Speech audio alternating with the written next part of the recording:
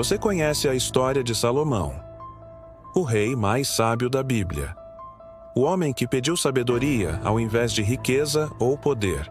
Mas o que muitos não sabem é que esse mesmo rei pode ter comandado forças que nenhum outro ousou controlar.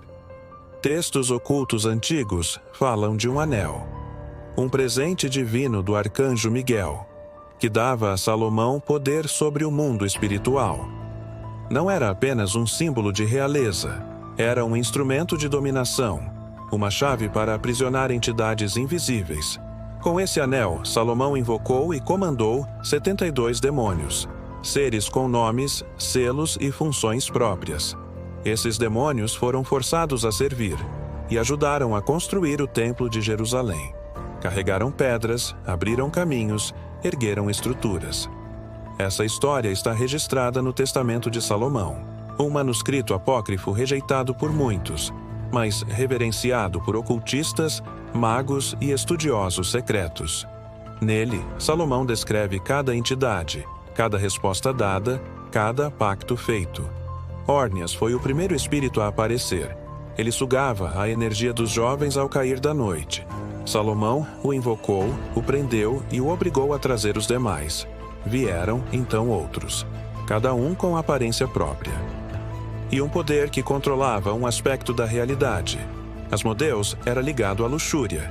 Paimon controlava o conhecimento e a manipulação. Amon trazia conflitos entre amigos e reinos. Buer ensinava cura e filosofia. Marbas causava doenças e mutações. Beelzebu era o rei das moscas e da corrupção. Cada um tinha um selo mágico, desenhado em círculos, em pedras, em metais. Esses selos ainda existem. Eles estão registrados em grimórios como o Lemegeton e a Goetia. Livros antigos que circulam entre iniciados e que explicam como invocar cada entidade. Mas o ritual exige mais do que palavras. É necessário intenção. É preciso respeito e controle absoluto da mente. Um erro, e o espírito se volta contra quem o chama. Foi por isso que poucos ousaram seguir os passos de Salomão com o anel em mãos. Ele fazia os demônios se apresentarem e revelarem seus nomes e fraquezas. Salomão, então, os aprisionava em vasos de bronze, cada vaso selado com um símbolo divino, e enterrado ou escondido para que ninguém mais os libertasse. Mas, e se alguns desses vasos já tivessem sido abertos, e se o anel ainda existisse hoje, existem ordens secretas que acreditam nisso e que seguem os mesmos rituais, usando os mesmos nomes e símbolos. A Goetia ensina o caminho. Ela mostra o selo e o método para fazer contato, mas os riscos continuam os mesmos. A mente fraca sucumbe, o corpo é tomado. Os espíritos descritos por Salomão não são apenas mitos. Eles têm características que voltam a aparecer em sonhos, visões, alucinações. Alguns relatos modernos batem com as descrições da Goetia. Pessoas que viram rostos idênticos ou ouviram os mesmos nomes em rituais involuntários. Isso levanta uma pergunta assustadora. E se os 72 nunca tivessem sido realmente presos, e se estivessem soltos, disfarçados em símbolos modernos, ocultos em logos, músicas, filmes, agindo nas sombras, porque os selos continuam surgindo. Em produtos e em eventos. Alguns estudiosos sugerem que Salomão não controlava os espíritos, apenas os mantinha ocupados e que hoje eles voltaram a operar, livremente, acreditar ou não. Já não muda o fato de que a simbologia permanece, e onde há símbolos, há intenção, e onde há intenção, há poder, e onde há poder, há influência. A primeira parte da última profecia termina aqui, mas essa história está longe do fim, porque ainda restam muitos nomes a revelar. Os grimórios antigos, como o Lemegeton e a Goetia, trazem em detalhes os nomes, selos e funções dos 72 espíritos que teriam sido invocados e dominados por Salomão.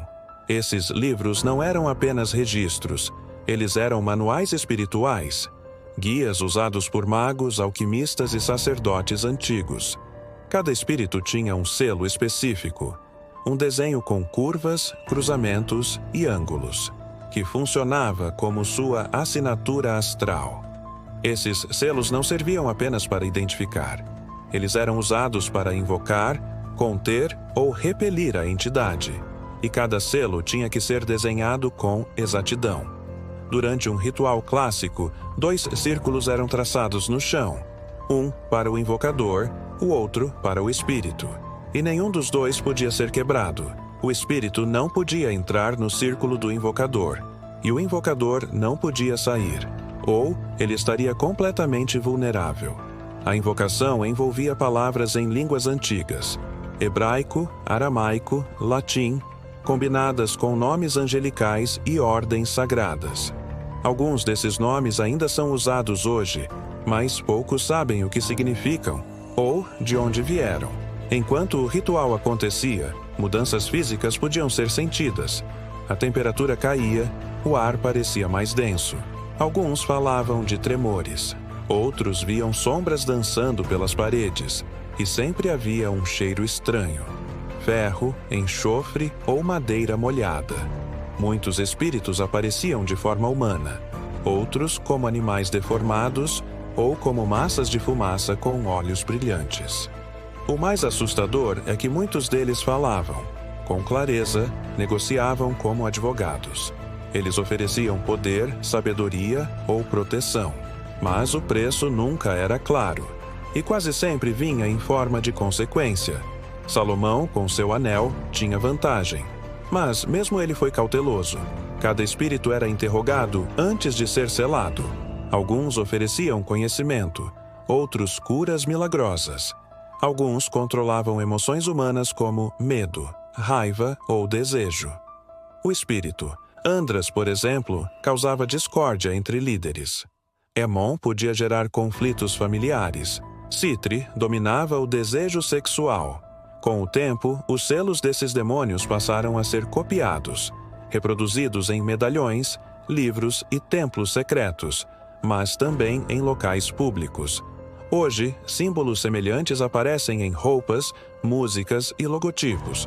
Muitos acham coincidência, mas estudiosos enxergam uma continuidade simbólica.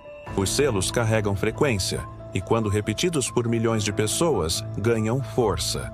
Imagens têm poder, e símbolos ativam emoções e ideias. Mesmo que de forma inconsciente, a Goetia afirma que basta atenção, repetição e intenção para abrir um canal espiritual, mesmo que a pessoa não tenha consciência disso. E é por isso que os 72 continuam influentes, não como monstros físicos, mas como entidades que atuam nos pensamentos e comportamentos. Eles operam onde há vaidade, ambição, luxúria e medo. Eles se conectam através da mente humana e influenciam decisões. A maioria das pessoas não acredita mais neles, mas essa é justamente a maior vantagem deles. A descrença total se tornou o disfarce perfeito. Salomão pediu sabedoria antes de tudo, porque ele sabia com o que estava lidando, e mesmo assim, no final, caiu. A Bíblia relata que Salomão, no fim da vida, se afastou de Deus e se envolveu com cultos estrangeiros. Mas, e se esse afastamento não foi apenas político ou religioso? E se os espíritos que ele controlava foram, aos poucos, influenciando suas decisões? E se o anel que dava poder também cobrava um preço? Salomão tinha sabedoria divina, mas lidava com forças que testam a alma. E nenhum homem permanece o mesmo após encarar 72 entidades. Alguns estudiosos afirmam que Salomão perdeu o controle, que o anel deixou de responder, ou que os vasos selados começaram a falhar. Outros dizem que ele foi avisado, por profetas, por anjos, até por Deus, mas escolheu continuar. E esse padrão se repete na história. Homens que alcançam poder espiritual e se perdem no próprio orgulho.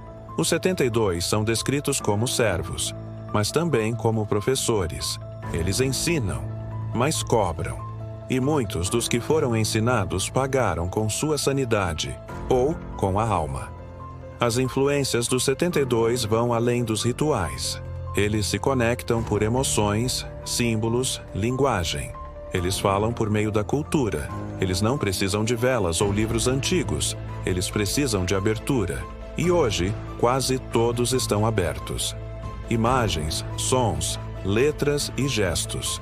São formas modernas de invocação inconsciente e funcionam porque ninguém percebe. Os selos continuam circulando, agora em colares, capas de álbuns, tatuagens e até mesmo brinquedos. A forma como eles se infiltram é sutil, mas o efeito é profundo, principalmente quando atinge milhões.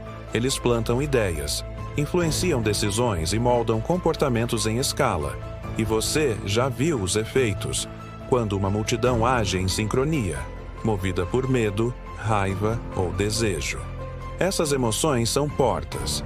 Portas que os antigos sabiam trancar, mas que hoje estão completamente abertas. A ausência de fé não anula a existência do invisível. Ela apenas facilita o acesso e enfraquece a resistência. Salomão pediu sabedoria porque sabia o que enfrentaria. Hoje, poucos pedem discernimento. A maioria quer resultado. Mas resultados sem direção são armadilhas. E muitas dessas armadilhas são construídas por eles, de forma invisível, lenta e estratégica. Você pode não enxergar, mas eles observam. Eles esperam. Esperam por brechas. Esperam por desequilíbrios. Esperam por convites silenciosos. E quando entram, nem sempre saem, porque nem todos sabem que abriram a porta.